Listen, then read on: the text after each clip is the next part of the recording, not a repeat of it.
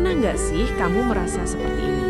Baru seminggu atau sebulan pulang dari Tanah Suci. Koper sudah dirapikan, oleh-oleh sudah habis dibagikan.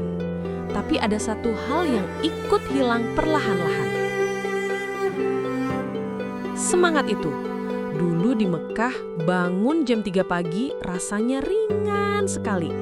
Kaki ini ringan melangkah ke masjid meski harus jalan jauh. Air mata mudah sekali menetes saat melihat Ka'bah.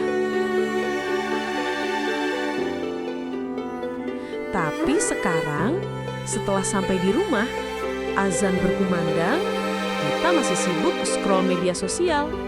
Quran yang dulu kita peluk erat, sekarang mulai berdebu di rak buku. Rasanya sakit ya, kita rindu Baitullah, tapi perilaku kita seolah-olah lupa pada Tuhannya Baitullah. Apakah umrohku mabrur?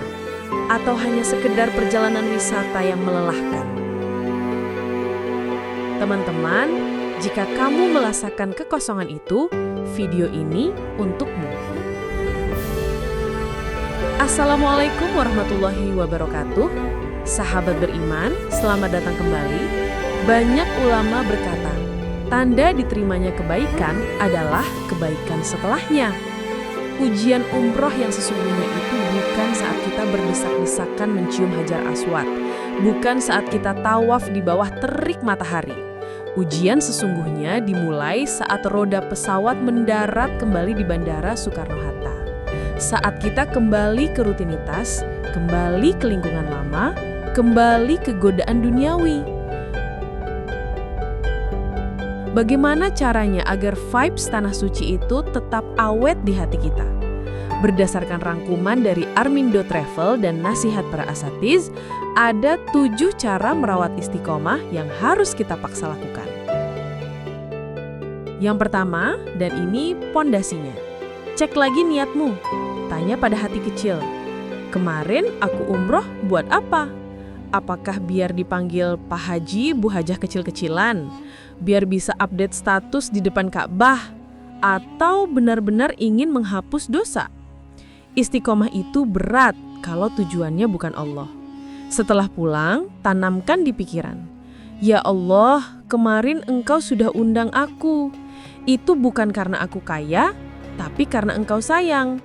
Maka izinkan aku membalas kasih sayang-Mu dengan tidak kembali bermaksiat.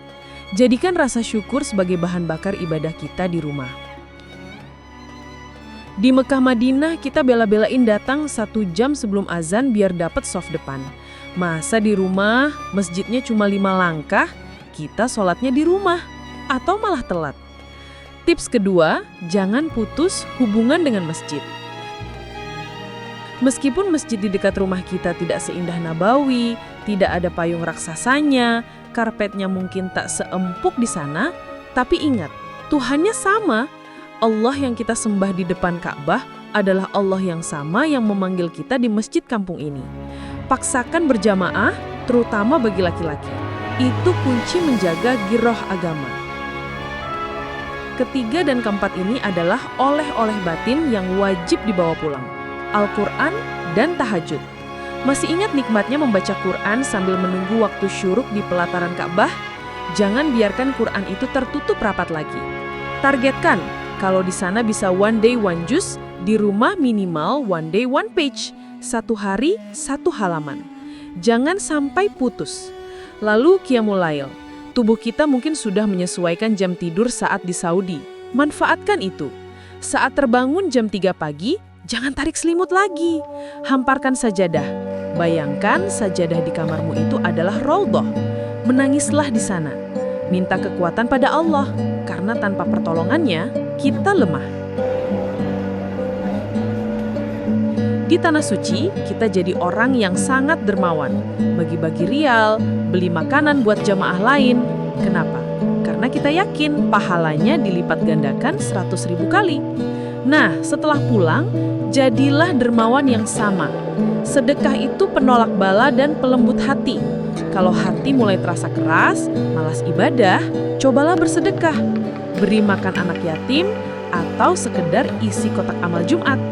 Kebaikan itu menular. Satu kebaikan akan memanggil kebaikan lainnya. Poin keenam ini sering kita remehkan, circle pertemanan. Ada pepatah, kalau berteman dengan penjual minyak wangi, kita ikut wangi. Coba cek HP-mu, grup WhatsApp mana yang paling aktif? Kalau teman-temanmu mengajak ke arah duniawi terus, mengajak gibah, mengajak sia-sia, perlahan mundurlah. Cari majelis ilmu, cari teman yang kalau kita lihat wajahnya, kita jadi ingat akhirat. Bergabunglah dengan komunitas alumni umroh atau pengajian rutin. Kita butuh teman untuk saling mengingatkan saat iman sedang turun. Bapak, kita ketemu di pintu umroh. Terakhir yang paling ampuh, berdoa. Hati kita ini milik Allah. Dia yang membolak-balikan hati. Jangan sombong dengan amal umroh kita. Kita bisa istiqomah bukan karena kita hebat, tapi karena Allah yang pegang hati kita. Perbanyak doa, ya muqallibal qulub, tsabbit qalbi ala dinik. Wahai zat yang membolak-balikan hati, tetapkanlah hatiku di atas agamamu. Minta, merengeklah, agar nikmat iman ini jangan dicabut. Sahabatku, umroh itu bukan garis finish. Umroh itu adalah pom bensin. Kita ke sana untuk mengisi bahan bakar iman, supaya kita kuat menempuh perjalanan kehidupan sampai nanti kita benar-benar pulang ke kampung akhirat. Jangan biarkan syaitan mencuri pahala umrohmu. Lawan rasa malas itu. Paksa sedikit demi sedikit. Semoga Allah menerima umroh kita dan menjadikan kita pribadi yang lebih baik dari sebelumnya. Amin ya rabbal alamin. Jika video ini bermanfaat, jangan lupa share ke teman satu rombongan umrohmu dulu. Siapa tahu mereka sedang butuh pengingat ini. Wassalamualaikum warahmatullahi wabarakatuh.